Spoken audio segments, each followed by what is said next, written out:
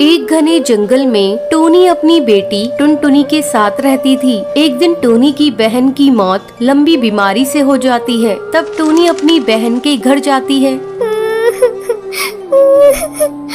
माँ, मुझे छोड़कर तुम कहाँ चली गई माँ? मैं अब किसके सहारे रहूंगी माँ? अच्छा होता आप मुझे भी अपने साथ ले गई होती। बेटा, तू अकेली नहीं है। आज से मैं तेरी माँ हूँ। मैं तुझे अपने घर लेकर चलूंगी। टोनी चिंकी को लेकर अपने घर आती है। बेटा, तू किसी भी चीज की चिंता मत करना। यहाँ तेरी बहन टुनटुनी भी है। तुम दोनों साथ साथ रहना। मैं तुम्हारा दाखिला भी टुनटुनी के स्कूल में करा दूंगी। हाँ चिंकी, तुम चिंता मत करना। मैं टुनटुनी तुम्हारी बहन हूँ। आज से मैं भी तुम्हारा ध्यान रखूंगी। जल्द ही चिंकी पूरे घर में घुल मिल जाती है। टोनी टुनटुनी से ज्यादा चिंकी पर ध्यान देने लगती है। एक दिन टोनी किचन में खाना बना रही थी। माँ, खाने में क्या बनाया है? मुझे बहुत जोरों से भूख लगी है। रुक जा चिंकी, मैं अभी तुझे खाना निकाल कर दे रही हूँ। चिंकी किचन में पड़े चाकू को उठाकर उससे खेलने लगती है। तभी उसका पर कट जाता है। माँ, मेरा पर कट गया। चिंकी, तू भी ना बेटा चाकू लेकर क्यों खेल रही थी? रुक, मैं अभी तेरी मरहम पट्टी कर देती हूँ। थोड़ी देर बाद ये ले चिंकी, मैं तुझे अपने हाथों से खाना खिला देती हूँ। टोनी चिंकी को अपने हाथों से खाना खिलाने लगती है। तभी टुनटुनी वहाँ आती है। माँ, मुझे भी आपके हाथों से खाना खाना है। टुनटुनी, बच्ची नहीं है तू, अपने हाथ से भी खा सकती है। माँ, जब से चिंकी आई है तुमने मुझसे प्यार करना छोड़ दिया है। जाओ, मैं नहीं खाती, मुझे नहीं खाना। टुनटुनी, ये तू कैसी बातें कर रही है? चिंकी भी तो तेरी ही बहन है। तू देख नहीं रही इसके चोट लग गई है। माँ, मुझे फालतू की बातें नहीं सुननी। मैं अपने कमरे में जा रही हूँ। गुस्से में टुनटुनी अपने कमरे में चली आती है और सोचने लगती है, जब से ये चिंकी की बच्ची इस घर में आई है, माँ उसी को प्यार कर रही है। आज चिंकी की वजह से मुझे डांट खानी पड़ी है। मैं इसे नहीं छोड़ूंगी, इसे सबक सिखाकर ही रहूंगी। अगले दिन टुनटुनी, तू चिंकी को अपने साथ स्कूल ले जा। मैंने तेरा और चिंकी का टिफिन पैक कर दिया है। स्कूल में लंच होगा तो तू भी चिंकी को खिला देना। ठीक है माँ। टुनटुनी चिंकी को रेलवे ट्रैक से स्कूल ले आती है।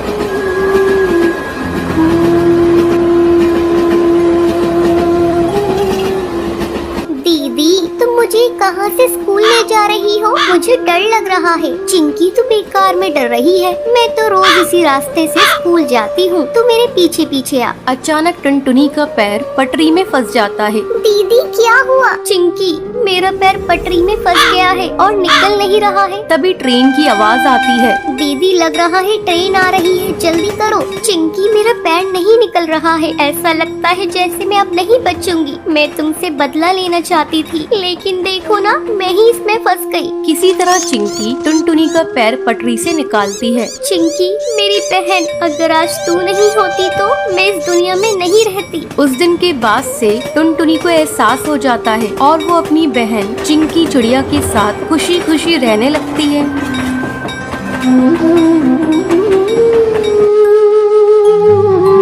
एक जंगल में ऑटो चलाने वाला बंटी कबूतर रहता था। एक बार की बात है, बंटी कबूतर रात में सवारी छोड़ने के लिए काफी दूर आ जाता है। तभी उसे रास्ते में एक चिड़िया दिखाई देती है। अरे, ये कितनी खूबसूरत चिड़िया है। अच्छा है, वापसी में एक सवारी मिल गई। पूछता हूँ उस चिड़िया को कहाँ जाना है। रुको रुको ना। हाँ चिड़िया बहन, बोलो कहाँ जाओगी तुम? जहाँ आप जाएंगे वहाँ जाऊंगी मैं। चिड़िया बहन, मैं तो अपने घर जाऊंगा। चलिए आप बैठ जाइए, मैं आपको रास्ते में छोड़ दूंगा। जरा जगह तो दीजिए, जभी तो बैठूंगी मैं। अरे चिड़िया बहन, आप पीछे बैठिए जहाँ सवारी बैठती है। उसकी ये बातें सुनकर बंटी कबूतर को बहुत अजीब लगता है। तभी उसकी नजर उसके पैरों पर पड़ती है। उसके पैर उल्टे होते हैं, जिसे देखकर वो डर जाता है। अरे भागो, भागो रे भागो भैया। कहाँ जाएगा तू बचकर बंटी कबूतर? आज तो तुझे छोड़ूंगी नहीं। कितने दिनों बाद मेरी प्यास बुझेगी।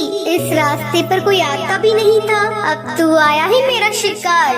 तभी टोनी चिड़िया की आत्मा अपने असली रूप में आ जाती है। वो जोर जोर से हंसने लगती है। कभी वो गायब हो जाती, कभी सामने आ जाती। बंटी कबूतर डर के मारे तेजी से अपना ऑटो भगाता है। वो शीशे में देखता है आत्मा उसका पीछा नहीं कर रही है। वो जंगल के ऑटो स्टैंड पर अपना ऑटो रोकता है। वहीं उसका दोस्त कालू कौवा खड़ा होता है। क्या हुआ बंटी कबूतर, तू इतना घबराया हुआ क्यों है? बंटी कबूतर कालू कौवे को सारी बात बताता है। अरे पागल, इतना सुनहरा मौका हाथ से निकाल दिया तूने। उस चिड़िया की आत्मा का एक पंख तोड़ लेता, वो तेरी गुलाम बन जाती।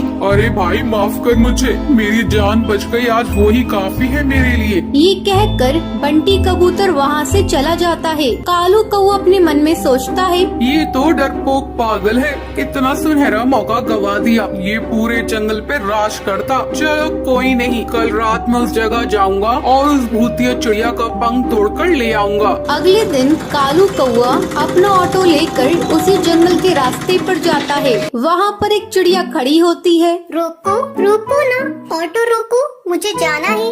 अरे भाई, लगता है ये वही चिड़िया की आत्मा है, इसका पंख तोड़ लूंगा। ये कहकर कालू कौवा अपना ऑटो उसके सामने रोकता है और उसके पंख तोड़ने लगता है। अरे बेवकूफ कौवे बदमाश, तेरी हिम्मत कैसे हुई? तूने मेरे पंख तोड़ने की कोशिश की। रुक, तुझे अभी बताती हूँ। टुनटुनी चिड़िया पास में पड़े डंडे से उसे बहुत मारती है। अरे बहन, मुझे माफ कर दो, मुझे लगा तुम एक चिड़िया की आत्मा हो। अरे बदतमीज, तुझे मैं कहाँ से आत्मा नजर आ रही हूँ? चल भाग यहाँ से। टुनटुनी ये कहकर वहाँ से चली जाती है, पर टूनी चिड़िया की आत्मा पेड़ के पीछे खड़े होकर ये सब देख रही होती है। अगले दिन कालू कौवा फिर से अपना ऑटो लेकर वहाँ पर आता है। भाई आज तो पहले उसके पैर देखूंगा, तभी उसके पंख तोड़ूंगा, वरना कल की तरह पिटाई हो जाएगी मेरी। अब फिर से वहाँ पर एक चिड़िया खड़ी होती है। रोको रोको ना ऑटो, मुझे जाना है। कालू कौवा उसके पैर देखता है, उसके पैर उल्टे होते हैं। जैसे ही कालू कौवा उसके पंख तोड़ने वाला होता है, तभी टूनी चिड़िया की आत्मा अपने असली रूप में आ जाती है। डरावनी आवाज़ें सुनाई देती है। कालू कौवे, आ मेरे पंख तोड़ेगा? ये ले तोड़ के दिखा।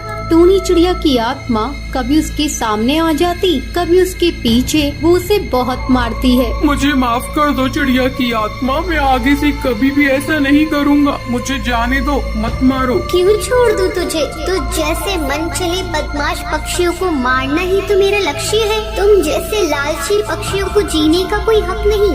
तभी वहाँ पर बबलू कबूतर ऑटो में अपनी सवारी बिठाकर वहाँ से गुजर रहा होता है। अरे चिड़िया की आत्मा, छोड़ दो उसे, मैं तुमसे विनती करता हूँ। नहीं, मैं इसे नहीं छोड़ सकती। तुम जानते हो, एक बार ऐसे ही मैं इस जंगल से ऑटो में जा रही थी। उस ऑटो वाले ने मेरा सामान लूट कर मुझे जान से मार दिया।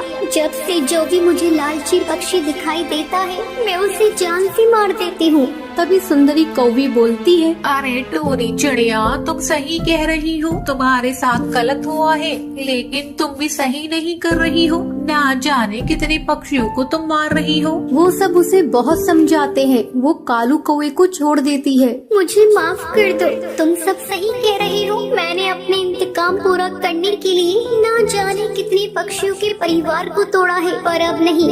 इस दुनिया में तुम जैसे नेक दिल पक्षी भी होते हैं। ये कहकर वो वहाँ से चली जाती है। टुनटुनी का पति बंटी एक कुली था। वो नदी पार से आने वाले पक्षियों के सामान को इधर से उधर करता था। एक दिन जब बंटी काम पर जा रहा था, तब टुनटुनी उससे कहती है, अजी, अपनी सेहत का भी ध्यान रखा करो। सभी किसी न किसी दिन छुट्टी लेते हैं, लेकिन तुम तो रविवार को भी काम करते हो।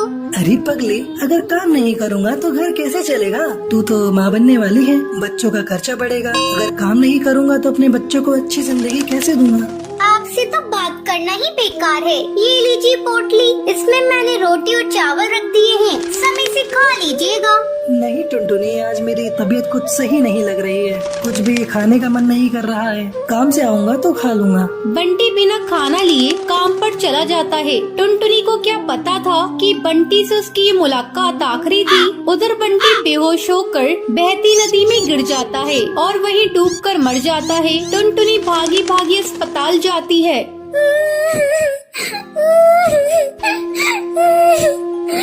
बंटी, ये क्या हो गया? सब कुछ एक पल में खत्म हो गया। अब ये बच्चा किससे अपना पापा कहेगा? मैं तुम्हें कई बार समझा रही थी अपनी सेहत का ध्यान रखो, लेकिन तुम तो मेरी बात मानते ही नहीं। अब मैं क्या करूं बंटी? समय तेजी से पंख लगाकर उड़ने लगता है। टुनटुनी एक बच्ची को जन्म देती है। एक दिन टुनटुनी के पास डाकिया एक खत लेकर आता है। अरे ये खत तो कड़कनाथ सेठ की कंपनी की तरफ से आया है और मुझे बंटी की जगह कुली की नौकरी दी गई है। मुझे अपनी बच्ची के लिए नौकरी करनी ही होगी, तभी मैं उसे एक अच्छे स्कूल में पढ़ा पाऊंगी और उसे बेहतर भविष्य दे सकूंगी। अगले दिन से ही टुनटुनी कुली बनकर पक्षियों का बोझ उठाती थी। जब भी नदी के उस पार से कोई पक्षी आता था, टुनटुनी तेजी से उन पक्षियों के पास पहुंच जाती थी। बहन जी, क्या मैं आपका बोझ उठा लूं? अरे तुम तो एक चिड़िया हो, क्या तुम इतने बोझ को उठा सकती हो? हाँ हाँ बहन जी, मैं सारे बोझ को उठा लूंगी। बहन जी, मैंने अपनी जिंदगी में इतना बोझ उठा लिए है, ये बोझ तो उसके आगे कुछ नहीं है। क्यों, क्या हुआ? और तुम ये तुम्हारी बेटी को साथ में लेकर क्यों घूम रही हो? तुम्हारे पति कहाँ हैं? वो नहीं कमाते हैं क्या? क्या करिएगा बहन जी, मेरी दुख भरी कहानी सुनकर रोज इस नदी किनारे पे कई पक्षी आते हैं और मेरी दुख भरी कहानी सुनते हैं, लेकिन कोई मेरी मदद नहीं करता। अरे तुम मुझे तो बताओ, मैं तुम्हारी जरूर मदद करूंगी। क्या बताऊं बहन जी, मेरे पति की मौत इसी नदी में डूबकर हो गई थी। उसके बाद से मैं यहाँ कुली की नौकरी कर रही हूँ। देखो टुनटुनी, जब तुम्हारी बेटी थोड़ी बड़ी हो जाएगी तो उसको मेरे स्कूल में डाल देना। मैं उसे पढ़ा लिखा कर एक अफसर बनाऊंगी। मैं तुम्हें अपना पता दे देती हूँ। वो बुलबुल चिड़िया टुनटुनी को अपना पता दे देती है। इसी तरह कई साल गुजर जाते हैं। एक दिन जब टुनटुनी अपना घर साफ कर रही थी, तभी उसे उस बुलबुल का दिया हुआ पता मिलता है। अरे ये पता तो वही है जो मैडम जी ने मुझे नदी किनारे पर दिया था। मैं तो बिल्कुल भूल ही गई थी। अब मैं अपनी बेटी को लेकर मैडम जी के स्कूल में जाऊंगी और उसे वहाँ पढ़ाऊंगी। टुनटुनी अपनी बेटी को लेकर उस पते पर पहुँचती है। आओ आओ टुनटुनी, बहुत दिन हो गए तुमसे मिले। मैडम जी, ये देखिए, मैं अपनी बेटी को अपने साथ लेकर आई हूँ। मैं चाहती हूँ पढ़ लिख कर एक अफसर बन जाए, इससे मेरी तरह जीवन में संघर्ष न करना पड़े। हाँ हाँ टुनटुनी, तुम निश्चिंत रहो, मैं तुम्हारी बेटी को अच्छी तालीम दूंगी। तुम्हें एक दिन इस पर गर्व होगा। टुनटुनी अपनी बेटी का एडमिशन उस मैडम जी के स्कूल में कराकर निश्चिंत हो जाती है। उसे इस बात की खुशी थी, उसकी बेटी को उसकी तरह जीवन में संघर्ष नहीं करना पड़ेगा। तो ये थी आज की कहानी। क्या आपको पता है कालू कौवा बंटी कबूतर से चिड़िया की आत्मा का क्या तोड़ने के लिए कहता है? अगर आपको पता है तो आप हमें कमेंट करके जरूर बताएं। अगर आपको ये वीडियो पसंद आई हो तो इसे लाइक और ऐसी कहानियाँ देखने के लिए मेरे चैनल को सब्सक्राइब करना ना